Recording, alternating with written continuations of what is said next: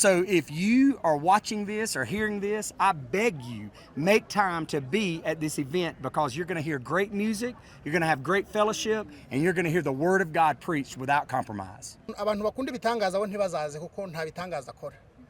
Ni umuvugabutumwa wiyigisha ijambo ry'Imana uko riri ry'umwimerere kandi akarisobanura neza akarizana mu buzima bwawe ukaryumva kandi ukaryakira.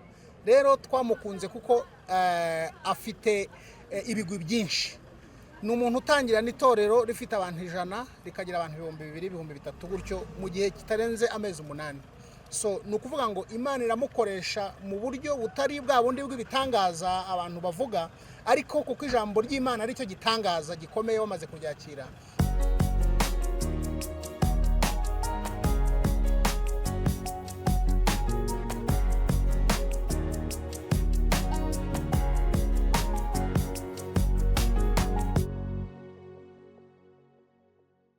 First time here in Rwanda? First time to Rwanda, yes. And I came at the invitation of TFC and Aminadab and his team. What do you know about TFC? So Aminadab, I met Aminadab about a year ago, a little over a year ago. And so we became quick friends. How was the flight? Amazing. Amazing. Yeah. Yes. We can't wait to be here though, this beautiful country. Now you are at the Kigali International Airport. Tell us your feelings. Oh man, we came right through, got our luggage, was welcomed by the TFC team. And so again, we just can't wait to get the ball rolling, reach people for Jesus, and encourage pastors and see what God's going to do. What people can expect in this conference? Yeah, we're going to lift Jesus high. We're going to see him draw a lot of people to himself. We're going to see pastors trained. We hope to see people sent out for the gospel. And so that's what we want to do. We want people to leave encouraged. TFC especially focus on youth and other people. What is the meaning of preaching youth? Yeah, so one of the last verses in Ecclesiastes chapter 12, Solomon says this, after everything he's been through, he said, if I had it to do all over again, here's what I would say. Trust in God in the days of your youth. And so if we can reach them young, they've got the rest of their lifetime to tell others about Jesus. Thank you. Can you introduce or invite people in this event? Yes, please. So if you are watching this or hearing this, I beg you, make time to be at this event because you're going to hear great music, you're going to have great fellowship, and you're going to hear the Word of God preached without compromise. Can you say a short prayer for people so that he can come? Yeah, absolutely. Let's pray. Father, in the name of Jesus, we know that you are in control. You are a total sovereign God. You are in control of everything. And God, we know based upon what TFC's mission is, based upon what these bishops are wanting to do, is that we want to reach Rwanda for the Lord Jesus Christ. So I pray if anyone is watching this or hearing this, would they be blessed? Would they be blessed of health to be able to come to these events? And God, if they don't know you, I pray they would be saved. We ask this in Jesus' name. Amen. Any prophecy to Rwanda? Man, trust in Jesus. That's what I would say. Look to Jesus. It's all about him. Okay, thank you. Uyu munsi mwakiriye umukozi w'Imana muri yumva gute? Twakoresha Inyarwanda cyangwa Icyongereza? Nta kibazo twakoresha ururimi rwo rwose mushaka. Okay, reka dukoresha Inyarwanda. Nta kibazo. Uyu munsi mwari mwaje kwakira abatumirwa, tubwira abatumirwa mwakiriye.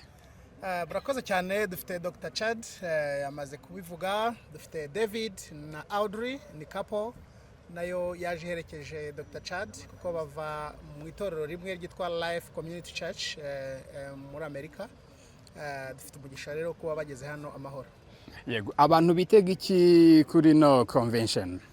Yeah, Youth Convention ni igiterane ngaruka mwaka gisanzwe gihuza urubyiruko ndetse n'abakuze. Mu by'ukuri uyu mwaka ntusanzwe kuko uyu mwaka twateguye gahunda ziri special. Sanzwe byitabirwa n'abantu barenga 8,000. Ubu ngubu turitega ko bazarenga kuko dufitemo gahunda nziza, dufitemo abigisha, dufitemo Israel Mbonyi niwe muhanzi main, ariko dufitemo nandi ma worship teams akomeye kandi aririmba neza ndetse n'ubuhamya bwa bamwe mu bana urubyiruko bagiye bava mu byaha bakakira Yesu umwami n'umukiza. Yego, umukozi Imana aravuze ngo nk'uko Bibiliya ibivuga ukorere umuremyi wawe mu minsi y'ubusore bwawe cyangwa y'ubukumi bwawe. Niki cyatumye mwebwe mufokasinga ku rubyiruko? Ubutumwa muha urubyiruko ni ubuhe kugira ngo bazitabire ino Youth Convention? Murakoze cyane. Teens for Christ ikora ivugabutumwa mu rubyiruko kuko twasanze ko urubyiruko nizo mbaraga z'igihugu. Noneho kubera ko bakiri bato mu by'ukuri barumva, iyo babwiye barumva. Abantu benshi bazi ko urubyiruko rwananiranye, ariko ntago ariko bimeze. Urubyiruko iyo bahaye ukuri, bakabona ukuri, bakigishirwa muri Imana irahindura imitima, barahinduka kandi bagahindura na societe. Niyo mpamvu twifuza ko mbere yuko bajya muri kaminuza bagomba kubanza bakiga, bakamenya ngo Bibiliya mu by'ukuri yigisha iki kuwakakira Yesu akiri mutoya, kuko Bibiliya avuga ngo menyereza umwana inzira akwiriye kunyuramo akiri mutoya kugeza ubwo azarinda asaza atarayivamo. Nibyo rero turimo, ariko twe tugahera ku ngimbi n'abangavu kuva ku myaka 13 kugera kuri 19. So rero urubyiruko ni imbaraga z'igihugu, ni imbaraga z'itorero, ni imbaraga za societe nyarwanda, kuko nitutabatoza kuba mu Mana niho tuzabona ibyihebe, niho tuzabona ibisambo, niho tuzabona abanywi b'urumogi bakomeza kugwira mu muhanda. Turifuza rero kugwiza izo mbaraga z'umutima z'aba bakiri bato. Yego, mukora akazi keza umuntu wabyumvise, ariko ko mugiye gukora 2026 izindi nshuro zatambutse zasize uhe musaruro? Murakoze cyane. Mu by'ukuri iyo zitaza gusiga umusaruro tuba twarabiretse.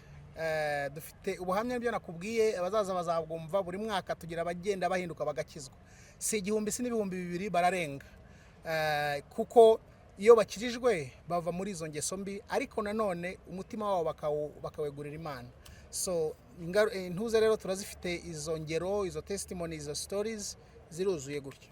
Yego, hari igihe umuntu aba nta gahunda yari afite, yakumva abavugabutumwa bazaba bahari, yakumva abaririmbyi bazaba bahari, atanga ntago nzahabura. Tubwire line up, ubundi tubwire kuki mwese umukozi Imana ngo azaze kwigisha, n'iki Imana imukoresha cyangwa n'iki Imana amubwiye kugira ngo mumutumire. Mutubwire no kuri Israel Mbonyi, main artist. Murakoze cyane. Dr. Chad ni umuvugabutumwa.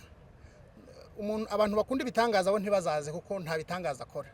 Ni umuvugabutumwa yigisha ijambo ry'Imana uko riri ry'umwimerere, kandi akarisobanura neza, akarizana mu buzima bwawe, ukaryumva kandi ukaryakira. Rero twamukunze kuko afite ibigwi byinshi. Ni umuntu utangira n'itorero rifite abantu 100 rikagira abantu 2000, 3000 gutyo mu gihe kitarenze amezi 8. So ni ukuvuga ngo Imana iramukoresha mu buryo butari bwa bundi bw'ibitangaza abantu bavuga, ariko kuko ijambo ry'Imana aricyo gitangaza gikomeye bamaze kuryakira, mu by'ukuri aryigisha neza, kandi naramukunze. Rero muri iki giterane twiteze nk'umusaruro w'abantu bazaza bababaye bakaruhuka, kuko ijambo ry'Imana ryabaruhuye. Yego, Israel Mbonyi iwe?